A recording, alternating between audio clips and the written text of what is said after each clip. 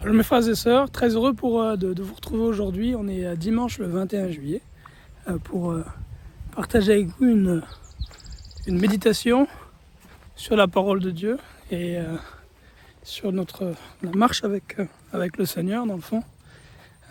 C'est une très belle journée aujourd'hui. Il y a du soleil, des petits nuages blancs un peu partout dans le ciel, le lac qui n'est pas loin. Nous ne manquons de rien par la grâce de Dieu. Et ça m'amène cette méditation-là, qui est une méditation que j'ai déjà eue souvent, que j'ai eue dans le passé, et que je souhaite partager avec vous parce que je crois qu'elle est importante pour ceux et celles qui marchent avec le Seigneur. Quand tout va bien, comment rester fidèle à Dieu? Comment rester fidèle à Dieu quand tout va bien?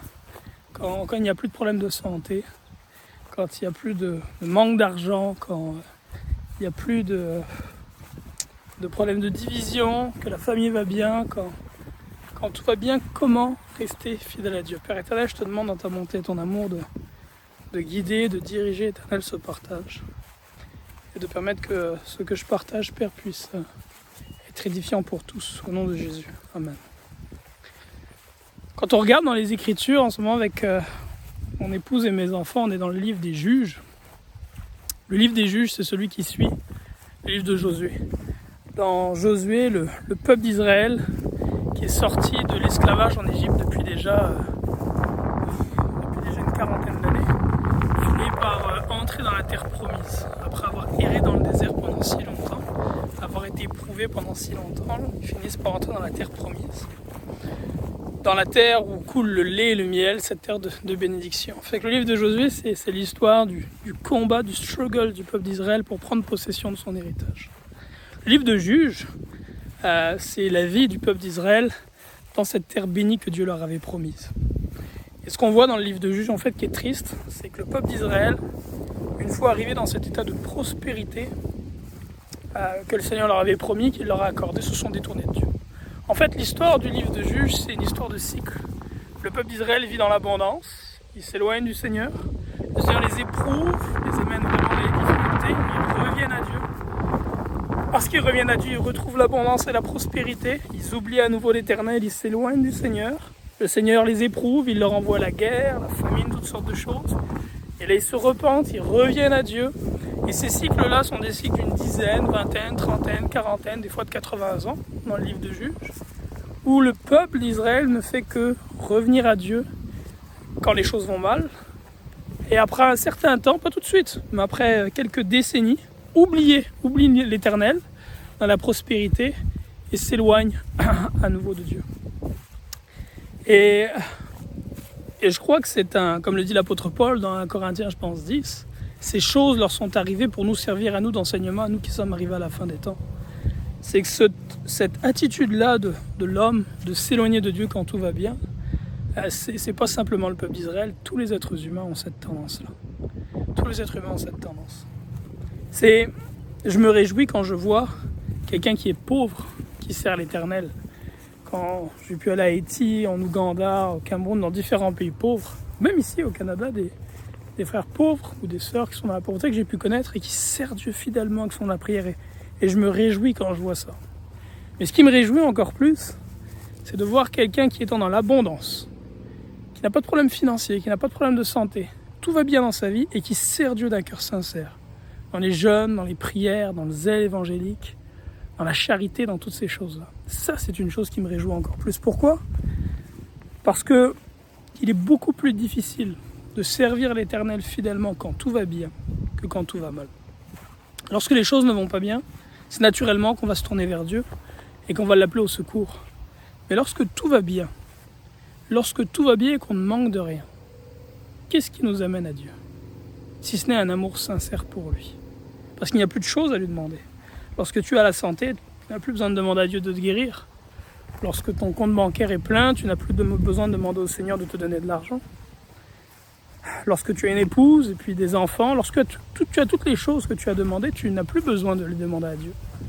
Et il se trouve que la vie de prière des hommes, notre relation avec le Seigneur est beaucoup remplie justement de requêtes par rapport aux choses dont on a besoin. Et lorsque ces choses-là ont été données, qu'on les a reçues, notre tendance, c'est justement d'oublier le Seigneur puisqu'on n'a plus rien à lui demander. Alors je vais arriver justement avec ceci sur la question que je posais au début. Lorsque tout va bien, qu'est-ce qui peut nous garder fidèles à Dieu? Et ce que je vous partage là, c'est vraiment une méditation. Je ne peux pas dire que j'aurai quelques passages de la parole en particulier à donner pour venir soutenir ce que je vais apporter. Mais c'est vraiment une méditation ouverte et je vous encourage d'ailleurs, s'il y a des éléments que vous pensez qui pourraient être sages à ajouter et qui peuvent aider lorsque tout va bien à demeurer fidèle à Dieu, à les mettre en dessous dans les commentaires. Juste avant de répondre à la question, je vais prendre un autre exemple que j'ai eu l'occasion d'observer. Ce sont moi j'habite ici au Canada, qui est une terre bénie, comme les États-Unis, une terre d'immigration où beaucoup de personnes viennent de pays pauvres pour vivre. Combien de frères, de sœurs sont venus ici de pays pauvres comme les pays d'Afrique de l'Ouest, où ils servaient le Seigneur dans les jeûnes, dans les prières et dans la pauvreté, arrivent au Canada, connaissent la prospérité et oublient l'Éternel. Se séparent, se divorcent et tombent dans toutes sortes de mondanités. Donc ils étaient dans la pauvreté au pays, ils servaient Dieu fidèlement dans les jeûnes, dans les prières. Ils arrivent ici au Canada, sont éprouvés au début, c'est pas facile au début de s'intégrer, finalement finissent par réussir à avoir un très beau travail, une belle maison, une belle situation, et là dans l'abondance, se détournent de l'Éternel et oublient Dieu. J'ai eu l'occasion de voir la même chose dans mon travail. Je suis dans une carrière dans laquelle les personnes peuvent faire un très beau revenu, faire beaucoup d'argent. Et j'ai eu l'occasion de voir, je pense à un frère qui faisait de la livraison de pizza, vraiment une toute petite job. Il est dans un petit appartement et une vie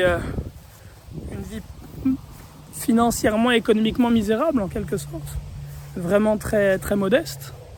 Puis le Seigneur l'a béni, il est rentré dans cette même carrière dans laquelle je suis, puis en rentrant dans cette carrière-là, il a fait de l'argent, puis en faisant de l'argent, décidé d'abandonner son épouse, puis de se tourner vers une autre femme dans la débauche. Et quelle tristesse de voir ça. Et moi, personnellement, dans ma vie, si je ne suis pas tombé dans ces excès-là, je peux tout de même dire que je sais qu'avec la prospérité, est venu dans ma vie des périodes de refroidissement.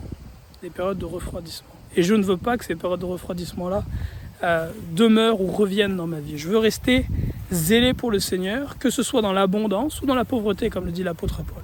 Que ce soit dans le besoin, ou que ce soit dans la faim ou dans le contentement, étant rempli, je veux servir le Seigneur, quelles que soient les conditions qui m'entourent. Et donc je vais apporter deux éléments, je crois, qui peuvent être une clé pour demeurer fidèle à Dieu lorsque la faveur de Dieu et des hommes nous sourit, et lorsqu'on goûte à des temps, des saisons de prospérité et de paix. Et voilà quels sont ces deux éléments. Ils sont basés sur un troisième qui est le premier en fait. Le premier élément, et le plus important, c'est d'avoir une vie de prière. Une vraie discipline de prière. L'Écriture nous appelle disciples de Jésus-Christ. Un disciple, c'est quelqu'un qui a une discipline de vie. Et donc avoir une vie de prière. Le Seigneur Jésus dit dans la parole, « Comment n'avez-vous pas pu prier 1 heure avec moi? Veillez et priez, l'esprit est bien disposé, mais la chair est faible. » Je crois, mon frère, que si tu as une discipline de prière, que chaque jour, tu passes au moins 1 heure dans la prière avec le Père, que tu obéis à ce qu'enseigne le psaume 1, à savoir que tu prends du temps de jour et de nuit pour méditer la parole de Dieu. Que le jour, tu t'arrêtes pour méditer les Écritures et passer du temps dans la présence du Père. Et la nuit, tu te lèves pour rendre grâce à Dieu, pour intercéder, pour prier. Si cette fondation-là est dans ta vie, je pense qu'il sera très difficile, aussi bien aux épreuves qu'à la prospérité, de venir te renverser, te bouleverser dans ta foi et t'éloigner de Dieu. Maintenant, là-dessus, je veux ajouter deux éléments. Deux éléments clés que je vois comme étant des sortes d'encre qui permettent de résister à la tentation d'endormissement qui vient avec la prospérité. Voilà quels sont les deux éléments. Le premier élément, c'est d'avoir un esprit de gratitude. Si quand tu étais dans le besoin, tu savais venir à Dieu pour lui demander son aide et son support par rapport à toutes les choses dont tu avais besoin. Maintenant qu'il t'a répondu, maintenant qu'il t'a fait grâce, qu'il t'a accordé sa faveur, que ta bouche s'ouvre devant l'Éternel, au pied de son trône, pour le remercier, lui rendre grâce, témoigner de sa bonté, pour le louer, l'adorer. pour lui dire comme il est grand et bon et comme tu es reconnaissant de tout le bien qu'il t'a fait. Ça, c'est la première chose. Avoir un esprit de gratitude et de reconnaissance pour tout ce que l'Éternel t'a accordé. Parce que ce que tu as aujourd'hui, c'est ce que tu désirais ardemment et ce pourquoi tu priais ardemment il y a peut-être 2 ans, 3 ans, 5 ans, 10 ans.